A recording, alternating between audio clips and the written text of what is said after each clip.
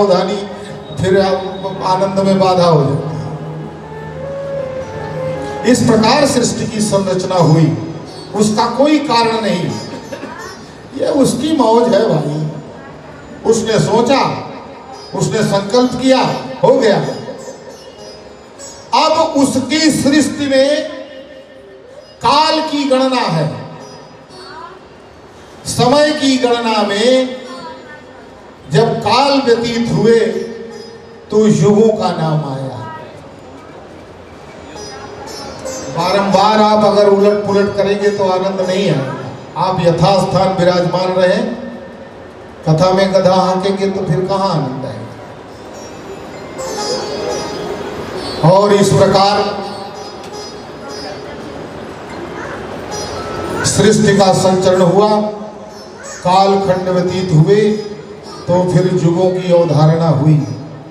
सतयुग, त्रेता, द्वापर और कलयुग, फिर इनके समय की गणना हुई, कब, कितना, कौन, कैसे। और इस समूची धरा पर, सारे ब्रह्मांडों में, समूची सृष्टि पर युग के प्रभाव भी पड़ने लगे। और इस युग के प्रभाव से सृष्टि के सभी जीव अन्यान्य कर्म में निरत हो गए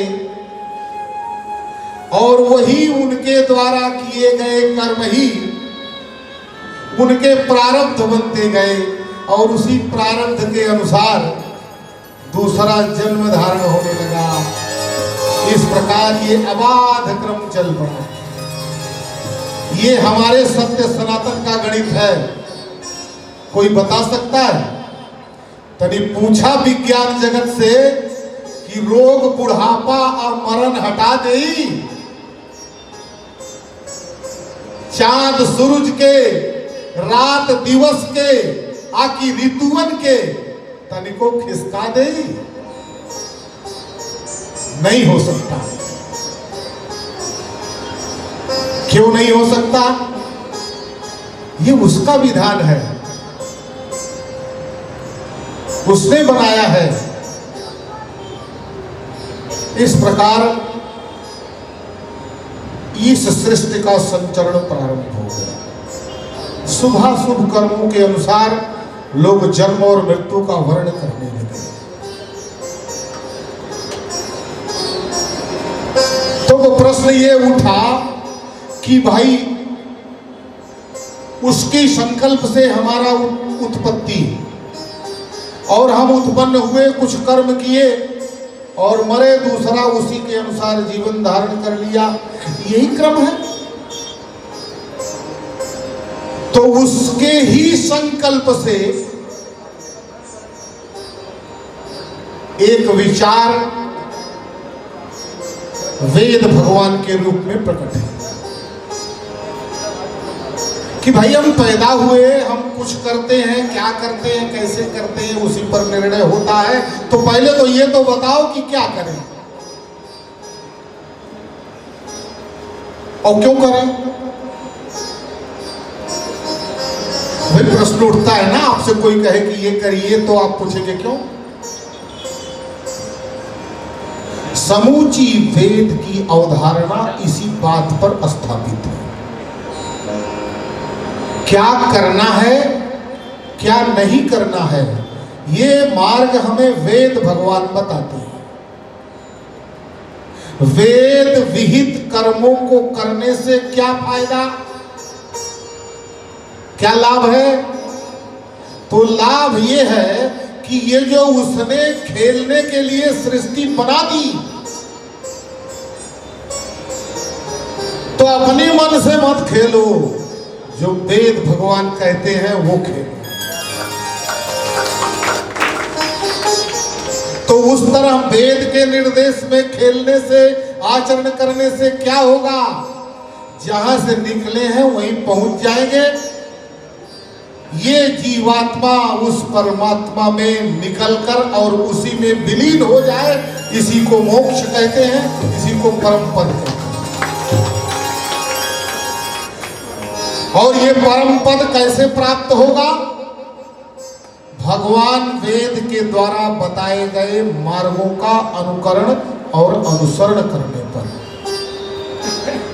प्रारंभ हो गया किया। परंतु ये जो मैंने अभी कुछ क्षण पूर्व युगों का नाम लिया, इन युगों का अपना एक महत्वपूर्ण प्रभाव कालखंड के अनुसार इस धरा पर स्थापित हुआ। तो धर्म की मान्यताओं का सारांश, उनका मूल्यांकन तत्त समय के अनुसार होने लगा। सतयुग में वेद भगवान की वाणी का अनुकरण कितने प्रतिशत प्राणी करेंगे? त्रेता में वेद भगवान का अनुकरण अनुसरण कितने प्रतिशत पर आ जाएगा? द्वापर में कितने प्रतिशत पर आ जाएगा? और कलयुग में कितने प्रतिशत पर आ जाएगा? ये होने लगा। यानी कि उत्तरोत्तर वेद वाणी का, वेद वाग्मय का क्षरण होने लगा। उसके दो कारण हुए। एक तो वैदिक वाग्मय को समझने की सामर्थ्य धारण कर पाना कठिन होने लगा। कुछ गिने चुने लोग वेद का अध्ययन करेंगे और वही बताएंगे। वो जहां बताने जाएंगे अपना पेट भी साथ लेके जाएंगे। उनकी ये काया उनके साथ ही चलेगी ना, कि परकाया के अनुसार चलेंगे। फिर उसका भार वहन करने में लोग अक्षम हुए। धीरे धीरे लोग प्रैक्टिकल होते गए। आपने हमें क्या दिया दिखाई नहीं पड़ा। हम तो दुकान पे जाते हैं, पैसा देते हैं, सामान लेते हैं। नवान पारायण आपने किया, वेद का खड़ंग वर्णन हो गया, घन पाठ जटा पाठ सब आपने कर दिया। अपनी अतड़ियां उल्टी कर ली ऊपर से और हमारी समझ में नहीं आया, हमारा भी समय खराब किया आपने। ऐसा क्रम चल पड़ा तो भगवान वेद अवतरित हुए। भगवान वेद ही वेद व्यास हैं, स्वयं साक्षात श्री हरि नारायण। और वेद व्यास जी ने 18 पुराणों की रचना की। चलो भाई, वेद नहीं पढ़ सकते, नहीं समझ सकते, कुछ उसका संकुचन हुआ, कुछ क्लिष्टता के वशीभूत अध्ययन अध्यापन यदि इतने व्यापक स्वरूप से नहीं हो सकता, तो चलिए स्वयं भगवान जो इतना कृपालु है, हमारे आपके ऊपर कृपा करके व्यास जी के रूप में अवतरित होकर और उन्होंने पुराणों की रचना की। उस क्लिष्टतम को थोड़ा सरल किया और उस पर अब पुराणों के अनुसार चर्चा होने लगी, लोग आचरण करने लगे। तो अब कितने हो गए? वेद पहले से विराजमान है और अब पुराण हो गए। ऐसे ही क्रम में फिर 6 शास्त्र, उपनिषद, ये सब क्यों है, ऐसा हमें विचार करना चाहिए। वो सब इसलिए है और मात्र इसीलिए है कि वो युक्ति आपको बताई जाती है हमारे सभी सदग्रंथों के माध्यम से कि आप जिस पूर्ण से निकले हुए पूर्ण हैं, उसी में पूर्णता के स्वरूप को धारण करते हुए विलीन हो जाएं, अर्थात अपने परम पद को प्राप्त कर लें। यही मोक्ष है। इसीलिए ये सारे उपक्रम और सारे उपाय बताए गए हैं। पर काल का प्रभाव इस विधा पर भी पड़ा और फिर ये विधा भी धीरे धीरे बाधित होने लगी। महर्षि वाल्मीकि जी ने आद्य काव्य की रचना की और वो जब रामायण की रचना कर रहे थे तो हनुमान जी वहां पहुंच गए। और हनुमान जी से रहा नहीं गया, उन्होंने पूछा कि कवीश्वर महर्षि आप ये क्या कर रहे हैं? बोले लोक कल्याण के लिए रामायण की रचना कर रहा हूं। क्या बात है, जरा मैं भी तो देखूं। बोले अभी एक तो पूर्ण नहीं हुआ है और दूसरे मनुष्यों के लिए है। हनुमान जी को यह बात लग गई। हनुमान जी ने कहा अरे प्रभु, भगवान का भक्त तो कोई भी हो सकता है, मनुष्यों के लिए। हाँ बोले, कहने का अर्थ यही है कि जो इसको समझ सके उन्हीं के लिए है। तो उन्होंने कहा बाकी प्राणी ना समझ है आपकी दृष्टि में। खैर जो भी हुआ, हनुमान जी को अच्छा नहीं लगा। हनुमान जी ने कहा कि कहां से आता है ये, कुछ देख के लिख रहे हैं? बोले हाँ अपनी मेधा से लिख रहा हूं। हनुमान जी ने कहा मेधा को तलाशने कौन जाए? अरे तुम्हारा इष्ट बता रहा होगा। हाँ बोले ये तो बात सत्य है। तो बोले हम भी राम जी से पूछ लेंगे, पर लिखूंगा रामायण मैं भी आज कवि वाल्मीकि, लिखूंगा मैं भी, और उसको मनुष्य ही पढ़े ऐसी बात नहीं है। ऐसा घाट बना दूंगा जिसमें सीढ़ियां होगी ही नहीं, जानवर भी उससे आराम से ऐसे श्लोक बनाऊंगा, जानवर भी जा करके धारा तक खूब तृप्त होकर छक के पानी पिए और वही श्लोक से चढ़ करके टक टक टक टक ऊपर हो जाए। ऊपर कहाँ हो जाए? बोले तर जाएंगे महाराज। आप ये जो प्रभु का गायन, प्रभु के यश का गुणगान कर रहे हैं, इसको तो मनुष्य पढ़ के तरेगा ना। और मैं ऐसी रामायण की रचना करूंगा जो ये भोग के योनियां हैं, भोग के, मनुष्य के अतिरिक्त जितने भी प्राणी दिखाई देते हैं आप नोट करिए, वो सारी योनियां भोग्य हैं, भोग भोग रही हैं। कर्म करने के लिए तो मनुष्य की ही जिम्मेदारी है, और मनुष्य ने ही कुछ उल्टा सीधा किया है, उसी के लिए, उसी के परिणाम स्वरूप, उसी के कर्मों को आधार बनाकर ये 84 लाख योनियां बनाई गई हैं, जिसमें भटको बेटा। तो ये भोग योनियां हैं। हनुमान जी कहते हैं मेरी रामायण की संरचना ऐसी होगी जो मनुष्यों को ही नहीं, प्राणी मात्र को भाव सागर से पार कर देगी। ये वचन देता है ये कबीर। और हनुमान जी ने कहा तुम कागज पे लिखते हो, मैं बड़ी बड़ी शिलाओं को अपने नख से खरोच कर समतल करके उस पर अपने नखों से लिखूंगा, जो शिलालेख बनकर जब तक धरा है तब तक स्थापित रहेंगे। तुम्हारा कागज तो जल से बचाओ, अग्नि से बचाओ। और हनुमान जी ने लिखना प्रारंभ किया, और हनुमान जी ने एक श्लोक लिखा, प्रथम श्लोक। वो प्रथम श्लोक क्या है? कल्याणानां निधानम कलिमल मथनम पावनम पावनानाम। हनुमान जी के श्लोक का अर्थ समझिए, नाच उठेंगे। मेरे यहाँ नाचने की व्यवस्था नहीं है, मन में नाचिए, फिर ईश्वर करेंगे तो अगली बार आप लोगों का आशीर्वाद मिलेगा हमारे शिष्टमंडल को, तो अगली बार नाचने की भी व्यवस्था करेंगे, बड़ा प्रांगण लेंगे। बोलिए हनुमान जी महाराज की जय। कल्याणानां निधानम, हनुमान जी ने लिखा कल्याण के खजाने। ध्यान से सुनिए, कल्याणानां निधानम। कोई आशीर्वाद देता है तो कहता है भैया आपका कल्याण हो, कि ये कहता है कल्याण का खजाना तुम्हें प्राप्त हो, ऐसा तो नहीं कहता ना, कोई शास्त्र नहीं कहता, हनुमान जी कह रहे हैं कल्याणानां निधानम। कल्याण की क्या बात करते हो? कल्याणों का खजाना दे देता हूं। क्या बात है? हनुमान चालीसा पढ़ते हैं ना आप लोग? जय जय जय हनुमान गोसाई।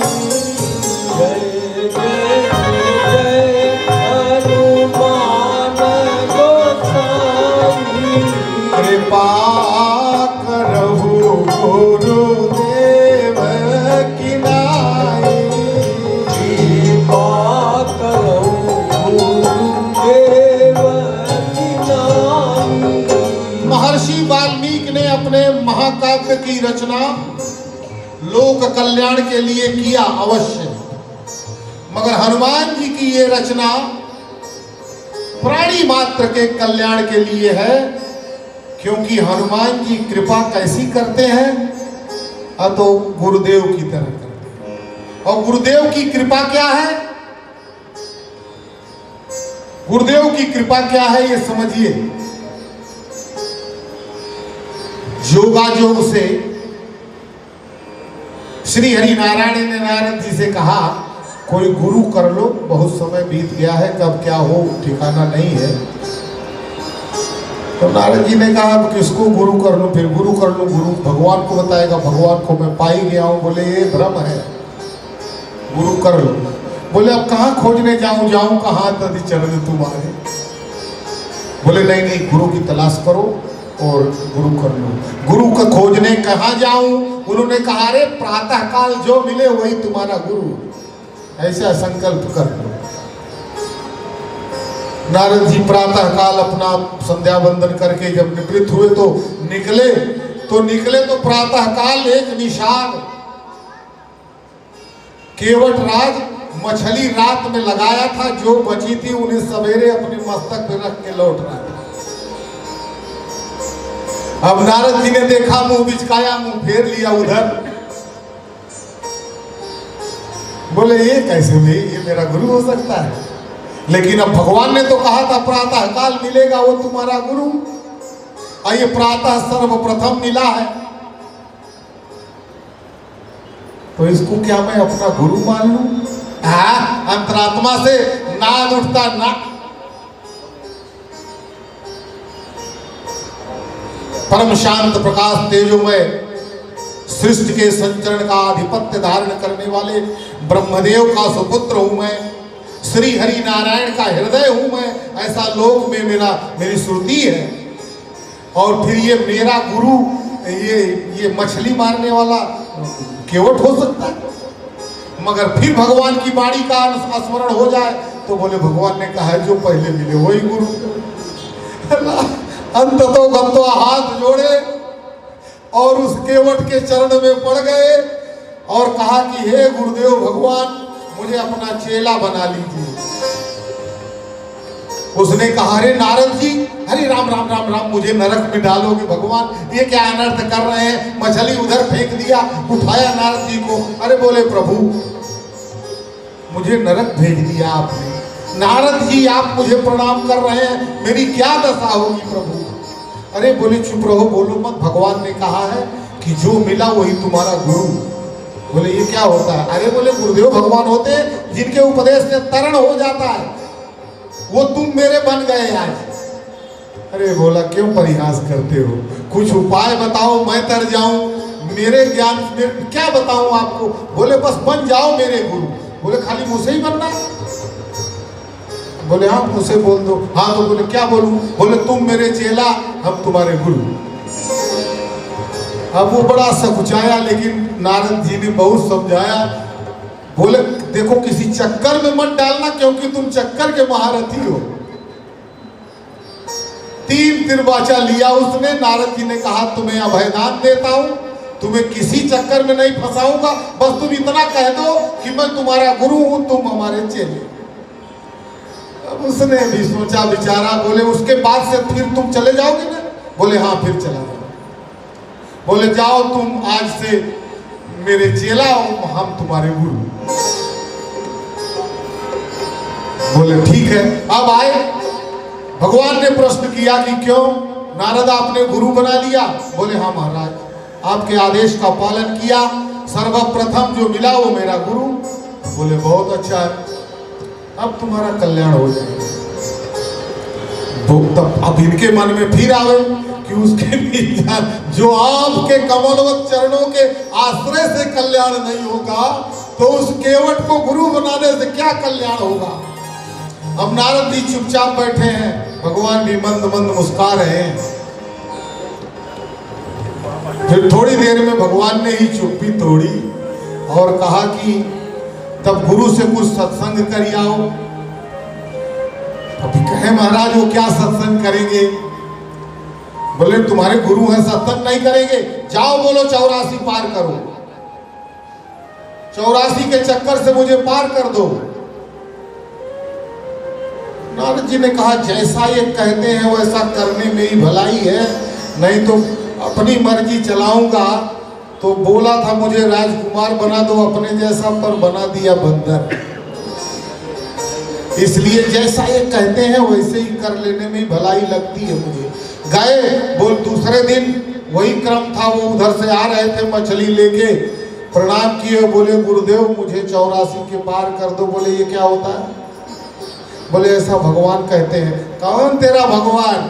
सुन, उससे जाके पहले ये पूछ के आ 84 का नक्शा मुझे दे। अरे जानेगा तब न पार करूंगा। गया भगवान के पास, नारद जी ने जाके अलग जगाया। भगवान हमारे गुरुदेव ने कहा है 84 का नक्शा दीजिए। 84 योनियों का चित्र भगवान के संकल्प मात्र से उपस्थित हो गया। बोले ये है, ले जाओ। ले जाकर के तीसरे दिन दिखाया उन्होंने, ये भगवान ने 84 लाख योनियों का नक्शा दिया है कि बस इससे मैं पार हो जाऊं, इसमें न पड़ूं, ऐसा प्रयास करो। अरे बोले चुटकी भर का काम है, इतने के लिए इतना परेशान, बस इतना ही बड़ा है। बोले हाँ इतना ही बड़ा है। और बोले जमीन पे बिछा दे। जमीन पे बिछाया, मछली का टोकरा अलग रख दिया। बोला एक बार ऐसे ऐसे और एक बार ऐसे ऐसे, जरा घूम जाओ। नारद जी एक बार पूरब से पश्चिम, फिर एक बार उत्तर से दक्षिण। बोले अब क्या करूं। बोले अब कुछ करना ही शेष नहीं है। इधर से भी पार कर लिया, इधर से भी पार कर लिया। जा बोल दे भगवान को मेरा गुरुदेव कहता है 84 पार कर लिया। बोले मेरे कहने से न माने तो बोले चल मैं चलता हूं। ये क्या है, ये क्या है। गुरु कोई व्यक्ति नहीं होता, गुरु होता है तत्व। जिस समय हमारा बालक हमें अनिष्ट करने से रोके तो उस बालक में से गुरु तत्व बोलता है। गुरु व्यक्ति नहीं होता, गुरु सत्ता होती है। गुरु अंश नहीं होता, गुरु अंशी होता है। उस गुरु तत्व ने तब ललकारा, कैसे नहीं होगा, मेरे सामने पार किया है तुमने, जहां कहो वहां बोल दूं चल सुप्रीम कोर्ट। मछली का टोकरा रख दिया, नारायण के सामने उपस्थित हुआ। नारायण ने कहा तुम कौन हो। बोले नारद का गुरु। किस लिए आए हो। बोले कि वो 84 लाख जो पार करने के लिए आपने कहा भेजा था उसे मैं साक्षी हूं। मेरे सामने इसने पूरब से पश्चिम और उत्तर से दक्षिण चारों दिशाओं को नाप करके इसने 84 पार कर लिया है। बोले सत्य कह रहे हो। बोले आंख से देखा है मैंने। भगवान बोले जब गुरु कह रहा है तो गोविंद कैसे नहीं मानेंगे। ये गुरु तत्व है। तो कहने का अर्थ है गुरुओं ने, मनीषियों ने इसी वेद का, इसी पुराण का, इन्हीं उपनिषदों का, इन्हीं काव्यों का आचरण करके, अपनी साधना करके, सिद्ध होकर के जो वाणी के रूप में हमें अमृत प्रदान किया, वो हमें इस संसार सागर से पार करने में सदा सर्वदा समर्थ है। मगर गड़बड़ कहाँ हो जाता है। हमारा विश्वास दृढ़ नहीं हो पाता। विश्वास कौन है? विश्वास ही है शिव, और श्रद्धा है मां पार्वती। मां पार्वती और भगवान शिव की अनुकंपा के बिना कुछ नहीं हो सकता। याभ्याम बिना न पश्यन्ति सिद्धा स्वान्तस्थमीश्वरम। इनकी कृपा के बिना सिद्ध पुरुष भी अपने स्वयं के ही हृदय में बैठे हुए ईश्वर को देखने में असमर्थ हो जाता है, और क्या देखेगा। इसलिए श्रद्धा और विश्वास गुरु की वाणी पर हो तो मनुष्य मात्र इतने भर से पार हो सकता है। विश्वास ही था ना सबरी माता को, गुरु का वचन पर दृढ़ विश्वास था कि तू रहना इधर, भगवान भी तेरे पास चल के आए। ये गुरु तत्व ही है ना। उस गुरु तत्व पर दृढ़ विश्वास करके वो बैठी थी, और उसी के उस विश्वास की रक्षा करने के लिए स्वयं मर्यादा पुरुषोत्तम श्री राम जी वहां जाकर कहते हैं, मैं वन में किसी और कारण से नहीं आया। तो सबरी ने जब कहा क्यों आए हैं, तो बोले मैं तुम्हारे लिए आया। यह है विश्वास का फल। विश्वास करना तो सीखें। कालांतर में इन चीजों से लोगों का विश्वास जो दृढ़ हुआ करता था वो दुर्बल होने लगा, और जब दुर्बलता को प्राप्त हुआ, हनुमान जी का और वाल्मीकि जी का यह संवाद हुआ। हनुमान जी ने जब लिखा कि मैं कल्याण का खजाना दे दूंगा प्राणियों को, और पावना नाम पावनम, पावनम पावना नाम। देखो, एक होता है किसी वस्तु को धो के गंगा जल डाल के उसे पवित्र कर दिया जाता है, परंतु वो कब तक पवित्र रहेगा? वो पवित्र तब तक रहेगा जब तक कि फिर से गंदगी में प्रवेश न करे। तो जब एक बार पवित्र होने के बाद गंदा होने की का संशय बना रहता है, तो उसे सदा पवित्र तो नहीं कह सकते हैं। हनुमान जी ने कहा, मेरी ये कथा पवित्र नहीं करेगी, पावनम पावना नाम। मेरी कथा उन पवित्रों को, जिन्हें उनकी पवित्रता भंग होने का भय होता है, ऐसे पवित्र को भी पावन कर। अर्थात क्या होगा? ये ऐसे पवित्र बनेंगे जो एक बार इसके द्वारा पवित्र बन गए तो कैसी भी अपवित्रता में प्रवेश करे पर उन पर कालिमा नहीं आएगी। अब वाल्मीकि जी के रोए खड़े होना शुरू हो गया। वाल्मीकि जी ने कहा, ये तो भाई ताल ठोक रहे हैं, वो मैं सही में देख रहा हूं, ऐसी विलक्षण तो मेरी प्रतिभा नहीं है, अवश्य ही ये कोई वानर विशेष है। तब हनुमान जी ने कहा, और बताओ मेरे रामायण की विशेषता। पाथेयम यन्मुमुक्षो, पाथेय समझते हैं? पाथेय का मतलब होता है वो सामान की गठरी जिसे लेकर आप तीर्थ यात्रा के लिए निकलते हैं। आप तनिक सावधान होकर सुने। तीर्थ यात्रा पर जाने के लिए आप गठरी रखते हैं, तो ये समझ के बांधते हैं कि वहां चलूंगा इस प्रकार दान होगा, इस प्रकार आश्रम में चलूंगा तो कुछ वहां भी देने के लिए, कुछ अपने प्राण की रक्षा के लिए मार्ग का व्यय रखते हैं। जितना आवश्यक सामान है वो सब एकत्र बांधते हैं। इसे कहते हैं तीर्थ का पाथेय। उसी तरह से मुमुक्षु का भी पाथेय होता है। मुमुक्षु मोक्ष की इच्छा रखने वाला है, उसकी भी यात्रा है। जो मोक्ष की इच्छा करेगा उसकी भी यात्रा है ना। मोक्ष की जिज्ञासु क्या क्या लेकर चलें उनका क्या पाथेय होगा, उस पाथेय की गठरी किस प्रकार बांधे, ये मेरा ये काव्य बता देगा, ऐसा हनुमान जी कहते हैं। जिस तरह से तीर्थ यात्रा में गठरी लेकर तीर्थयात्री जाते हैं और सकुशल वहां तीर्थ यात्रा करके लौट आते हैं, उसी प्रकार मैं ऐसा पाथेय बनाकर मोक्ष के जिज्ञासुओं को प्रदान कर दूंगा कि उस पाथेय का आश्रय लेकर चलेंगे तो वापस आना नहीं है, अवश्य अवश्य वो मोक्ष प्राप्त करेंगे।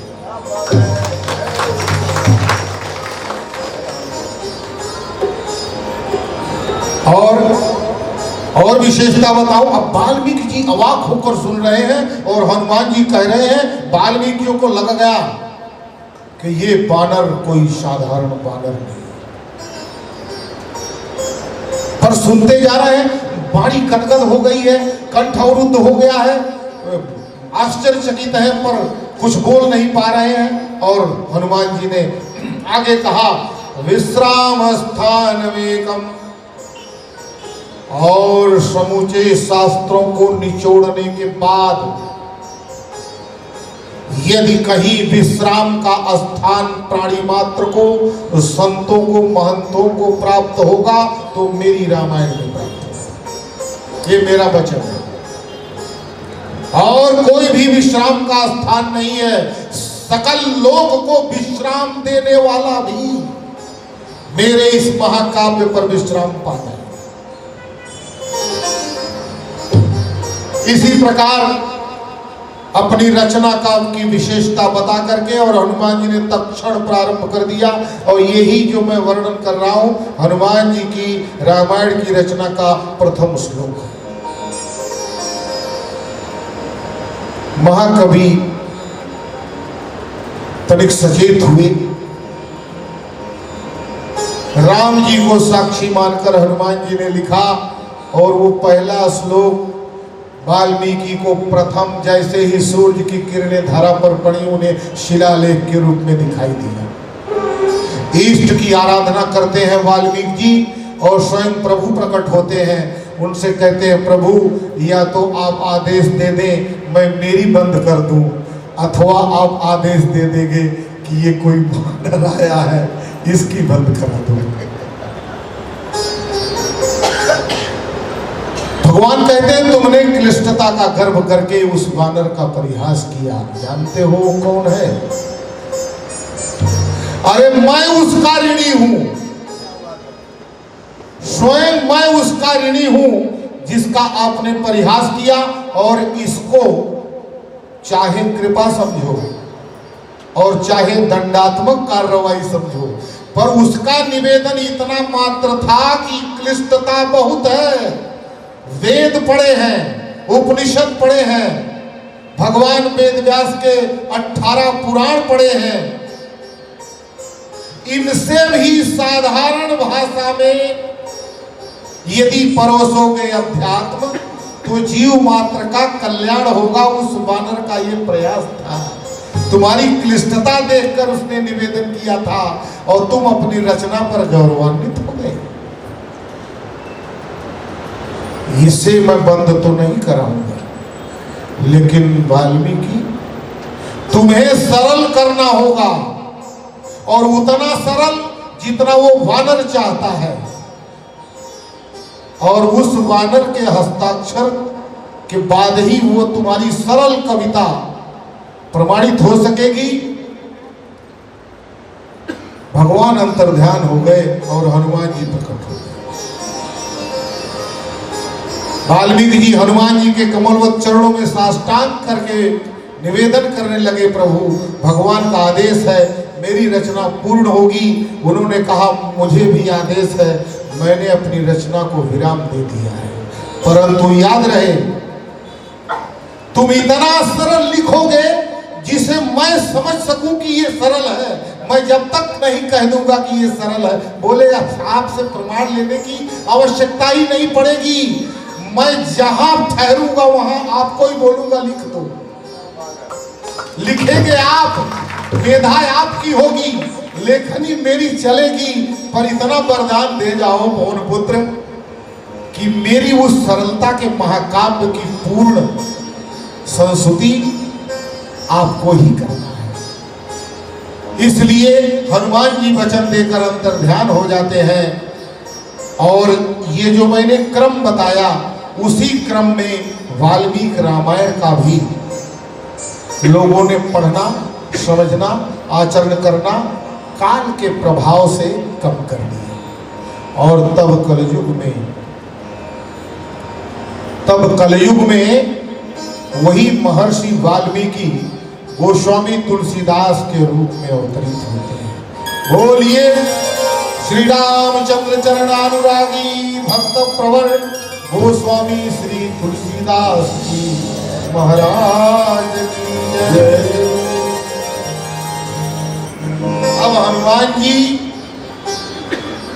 तुलसीदास जी को देखते हैं। तुलसीदास जी इस कलिकाल में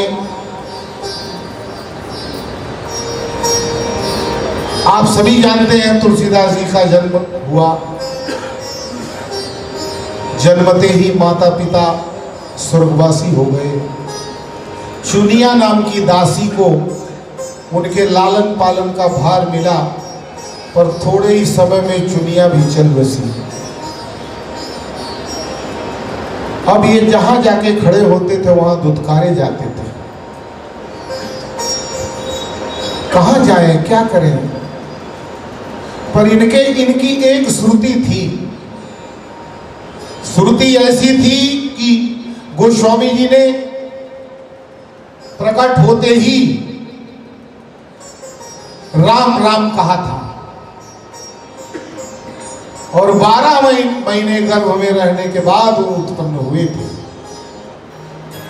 5 वर्ष के बालक जैसी उनकी आभा थी। भटकते थे तो भी जो मैंने कहा श्रद्धा और विश्वास ने श्रद्धा को प्रेरित किया कि मेरा भक्त है, उसे भोजन कराओ। तो मां अन्नपूर्णा आकर के ब्राह्मणी के वेश में उन्हें खीर खिला जाती थी।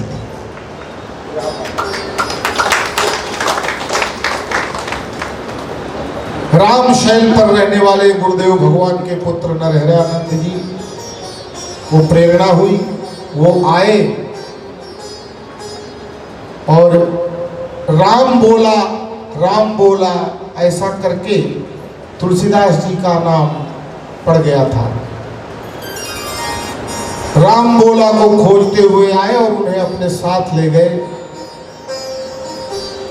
वैष्णवी ये संस्कार किया, जगोपवीत किया, राम कथा सुनाई प्रथम बार। मगर बालपंथा स्वयं स्वीकार करते हैं कि तब कुछ समझा कुछ नहीं समझा और अंततोगत्वा संपूर्ण अब ऐसे ही उनके जीवन के काल व्यतीत होते गए और संपूर्ण भारत का 3 बार पद से भ्रमण करने के बाद, संपूर्ण भारत की धरा का 3 बार पैदल यात्रा करने के बाद काशी में तुलसीदास जी ने 77 वर्ष की परिपक्व अवस्था में रामायण जैसे महाकाव्य की रचना की। तो काशी में ये लिखा गया, पंडितों में बड़ा विवाद हुआ। पंडितों ने कहा फिर ये भाषा ग्रंथ है और फिर संस्कृत का बड़ा अपमान होगा, कैसे इसको जो है। तो तत्कालीन मूर्धन्य विद्वान थे, प्रकांड विद्वान थे मधुसूदन शास्त्री जी, उनकी बड़ी गणना थी विद्वानों में। सभी ब्राह्मणों ने उन्हीं से ही आग्रह किया कि अब ये क्या ग्रंथ लेकर के ये जो है घूम रहे हैं तुलसीदास, काशी विद्वानों की नगरी है, इसमें भाषा ग्रंथ का क्या महत्व है, क्या बोलते हैं आप इसमें? उन्होंने कहा देखिए, मैं आग्रही बन सकता हूं पर दुराग्रह का कदापि आचरण नहीं करूंगा। तुम्हारी पंडिताई के नाते मैं किसी की उलाहना नहीं करूंगा, किसी का परिहास नहीं। हाँ, आद्योपांत ग्रंथ को देखूंगा, उस ग्रंथ में मुझे क्या मिला तब फलश्रुति लिखूंगा। फिर मधुसूदन शास्त्री जी ने सुना, पढ़ा। पढ़ने के बाद मधुसूदन शास्त्री जी ने उसी मूल प्रति पर अपनी लेखनी से लिखा, आनंद कानने यस्मिन। काशी को आनंद कानन कहते हैं। उन्होंने कहा इस आनंद कानन में तुलसी जंगमस्तरु, इस आनंद कानन में तुलसीदास, तुलसी नामक सुंदर बिरवा है चलता फिरता। आनंद कानने यस्मिन तुलसीदासस तरोहो, तुलसी का चलता फिरता बिरवा है तुलसीदास। कविता मंजरी भांति, और इसकी कविता उस सुंदर स्वरूपवान तुलसी की सुंदर मंजरी की भांति है। कविता मंजरी भांति राम भ्रमर भूषिता। और राम तो तुलसी की कविता रूपी मंजरी के चतुर्दिक भंवरा बनकर मंडराता है।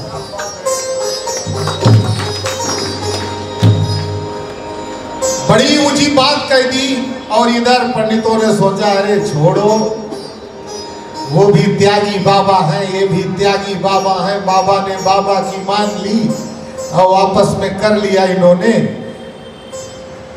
कैसे होगा? चलो बाबा विश्वनाथ से कहेंगे। भगवान विश्वनाथ के दरबार में सब लोगों ने त्राहिमाम किया और उन्होंने कहा ये ग्रंथ अब ग्रंथ, चारों वेद, 18 पुराण, सारे शास्त्र सब पधराए गए और सबके नीचे भगवान विश्वनाथ के गर्भगृह में तुलसीदास जी की रामायण रखी गई। और तुलसीदास जी की रामायण सबसे नीचे रखकर गर्भगृह का कपाट बंद कर दिया गया। और सारे विद्वान ब्राह्मण घनपाठ जटापाठ करके सारी रात्रि गड़गड़ा कर वेद ध्वनि करते रहे। और उन्हें क्या ज्ञात था कि वेद भगवान की स्तुति से भगवान महादेव प्रसन्न होकर सारे उपनिषदों को, सारे ग्रंथों को, चारों वेदों को नीचे रख रहे थे और क्रमवार रामायण को सबसे ऊपर ले जा रहे थे। प्रातः काल जब पट खोला गया मंगला में भगवान के दर्शन के साथ, तो पाया गया कि यहां पर तो रामायण सबसे ऊपर लिखी है, स्थापित की गई है। और इस स्थापना का क्या रहस्य है? और निकट जाकर देखते हैं तो उस पर सत्यम शिवम सुंदरम स्वयं भगवान भोलेनाथ ने लिख रखा है। अब सत्यम शिवम सुंदरम जिस रामायण पर लिख करके बाबा ने स्वयं हस्ताक्षर कर दिए हैं, अब विद्वानों की न चले, कौन काटेगा उसे? बाबा भोलेनाथ जिसकी रचना पर हस्ताक्षर कर दिए हैं, उसको कौन इस प्रकार से काट करके कहे? कौन कौन सामर्थ्य रख सकता है? इसलिए रामायण सर्वोपरि है। सर्वोपरि का अर्थ भी समझते चलिए। इस काल में, जिस काल खंड में हम जीवन धारण कर रहे हैं, ये अभी कलयुग की ही तो बात है। इसमें वेद पढ़ना, वेद पढ़ाना, ये सब कुछ जो है बड़ा बड़ा क्लिष्ट है। और इस क्लिष्टता में हमें आश्रय मिले कि हम अपने परम लक्ष्य की ओर अग्रसित हों। तो वो तो हमें रामायण से मिलेगा। ऐसे महाकाव्य को लेकर हम उपस्थित हैं। आज प्रथम दिवस है, इसकी भूमिका का उल्लेख करना परम आवश्यक है।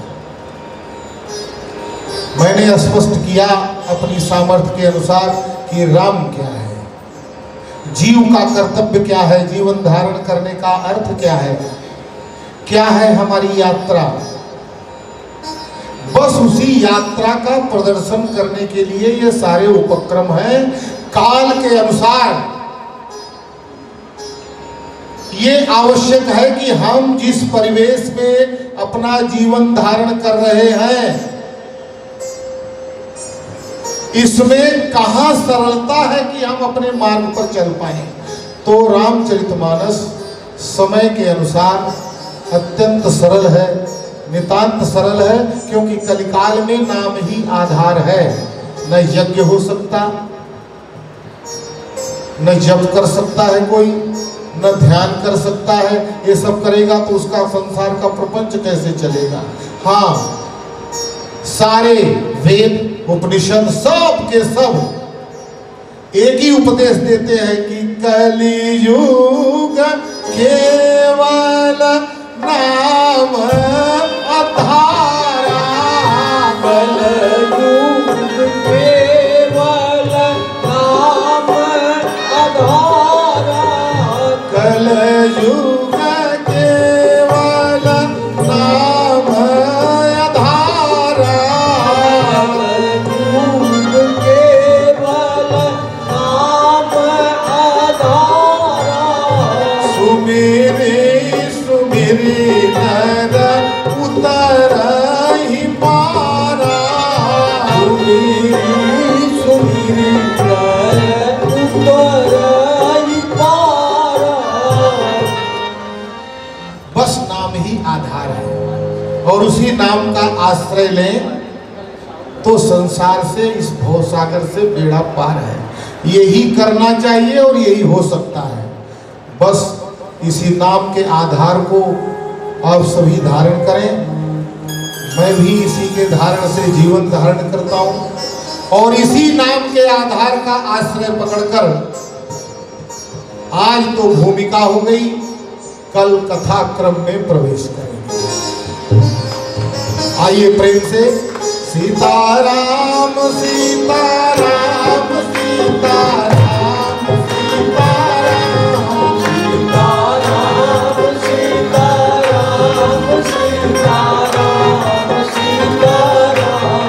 राधे श्याम राधे श्याम राधे श्याम राधे श्याम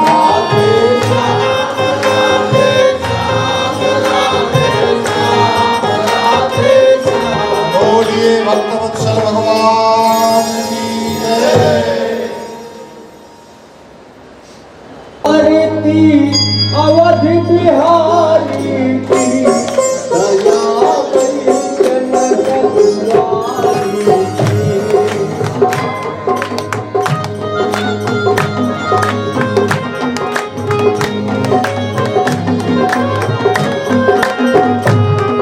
अरिति अवधि बिहारी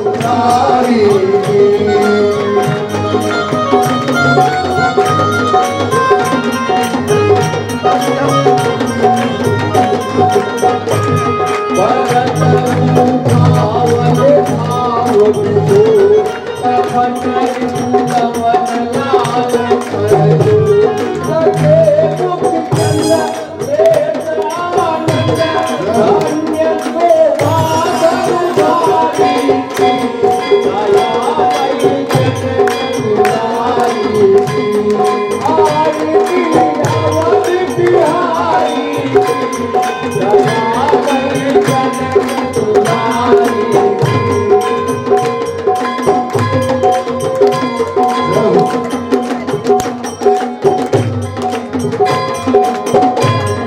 आरती को कोई जन गावे प्रभु पद प्रेम अवधि पावे शरण